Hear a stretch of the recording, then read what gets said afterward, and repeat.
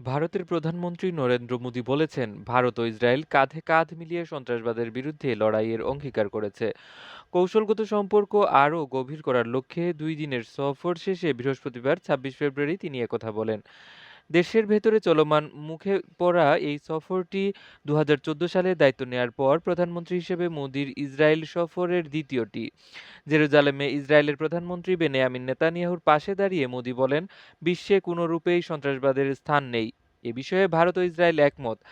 আমরা কাঁধে কাঁধ মিলিয়ে এর বিরোধিতা করব, ভবিষ্যতেও আমরা সবসময় এর বিরোধিতা করে যাব। তিনি আরও বলেন, মানবতা কখনো সংঘাতের শিকার হওয়া উচিত নয়। এর একদিন আগে ইসরায়েলের পার্লামেন্টে ভাষণ দেয়া মোদি প্রযুক্তি ও জ্বালানি সহ নানা ক্ষেত্রে ভারত ইসরায়েল ভবিষ্যৎ সহযোগিতার কথা উল্লেখ করেন। সাংবাদিকদের তিনি বলেন, যৌথ উন্নয়ন, যৌথ উৎপাদন এবং প্রযুক্তি হস্তান্তরের পথে আমরা একসঙ্গে এগিয়ে যাব। তিনি আরও বলেন, একই সঙ্গে আমরা বেসামরিক, পারমাণবিক জ্বালানি ও মহাকাশ সহ বিভিন্ন ক্ষেত্রে সহযোগিতা এগিয়ে নেব। দুই নেতা সফরকালের বাণিজ্য ও প্রযুক্তিগত সহযোগিতা জোরদারের লক্ষ্যে একাধিক উদ্যোগের ঘোষণা দেন।